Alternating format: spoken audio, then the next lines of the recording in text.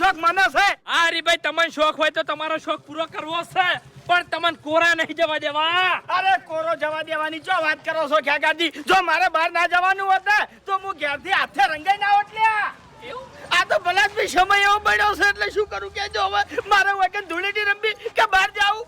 હે અમને હરખ નહીં હોય ધૂળેટી નો. મારે બહાર જ જવાના ખુલે.